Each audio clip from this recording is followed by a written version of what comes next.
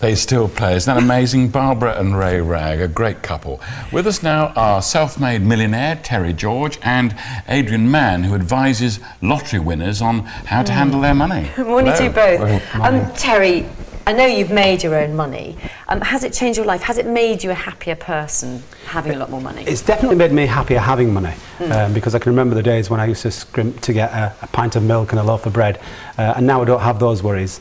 But I think it's made a massive difference of how you get the money. I think making it in your own ways is much better than being given it as a lottery winner or as a big windfall. I think it has a massive difference, a different impact. What do you think? I know you're watching the film of them. It's amazing what they've done, giving all that money. What do you think? I think it's fantastic. I mean, I did the programme Secret Millionaire, and that gave me the chance to give away lumps of money to unexpected people. And I know that by doing that, what sort of sense of satisfaction I got, and how it was, you know, an impact on those people as well. And giving money to charity, which, you know, myself and my partner do regularly, you know, gives us a great sense of well-being, a great feeling, and it's great to be able to help these organisations and people as well. So they must be buzzing from it. It must be fantastic. But they got it in sort of easy come, easy go, isn't it? So maybe it's harder for you, because you've worked for your money, to give it away quite as generously as they do. Yeah, I mean, I'm probably a little bit, you know, I think a bit more before I give money away. I mean, I've seen people on news programmes who have had really unfortunate circumstances, and I've been compelled to ring them up and think, you know, I want to help them, and I've written them a cheque out and sent them money that way. But you know, I come from a very grounded family. I've got family who, you know, work very, very hard, and, you know, struggle to survive through life as well. So you know, I'm happy to be coming where I'm coming from and to be able to be in the position as well. Well, of course, you started a council house, and now what have you got? I can show it. We can show it now. Look at that.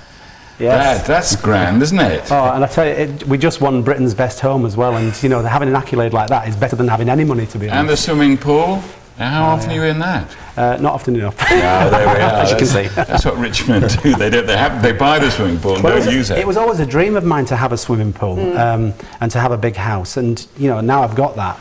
I don't use a swimming pool as often as I should. In fact, I go to a gym and use a pool there now and again. No. It's mad, isn't it? Yeah, but and that's a part of it as well. Being with people. I think that, you know, if you win large lumps of money and you separate yourself from ordinary people, I think that can be very damaging as well. I think. But you've got other treats, though, haven't you? You've given yourself other treats. What are they? Yeah.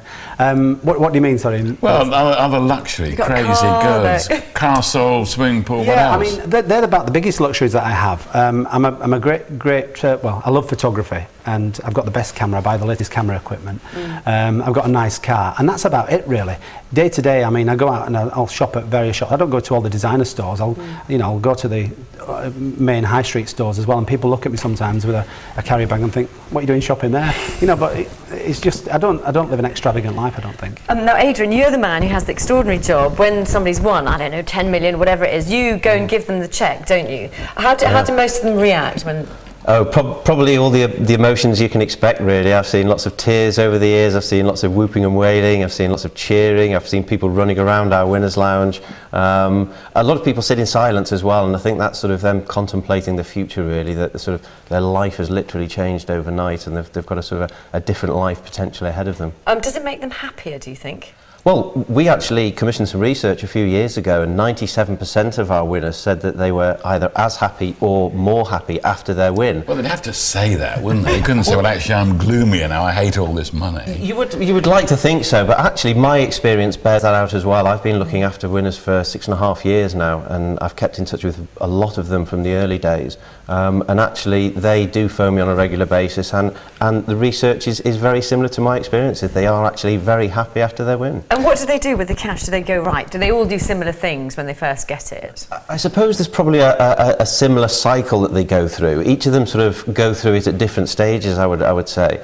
I think Ray and Barbara, who you saw on your film there, they're probably typical lottery winners, probably not in the sense of the amount that they've given away, but I wish they were. But well, yeah. But actually, they've got the nice house, they've got the nice car, but it's not always the materialistic things that actually bring the pleasure to them. But you get all these begging letters, don't you? I mean, that must be pretty grim. Do you know what? That's actually a bit of a misconception. One of the things that we actually do with our winners is we're very honest with them in the early days, and a lot of our winners will say, you know, oh, I'm going to get inundated with begging letters, people asking for money. But actually, as I say, I've been looking after winners for 6.5 years. Well, after they've seen this, of course, they'll start sending begging letters. So, You've made a big mistake. Yeah, I mean, a lot of our winners, 91% actually give to charity anyway. And I think that's what they actually came across when you film with Ray and Barbara. They get so much pleasure from actually spreading the benefits of their win. Sort of friends, family.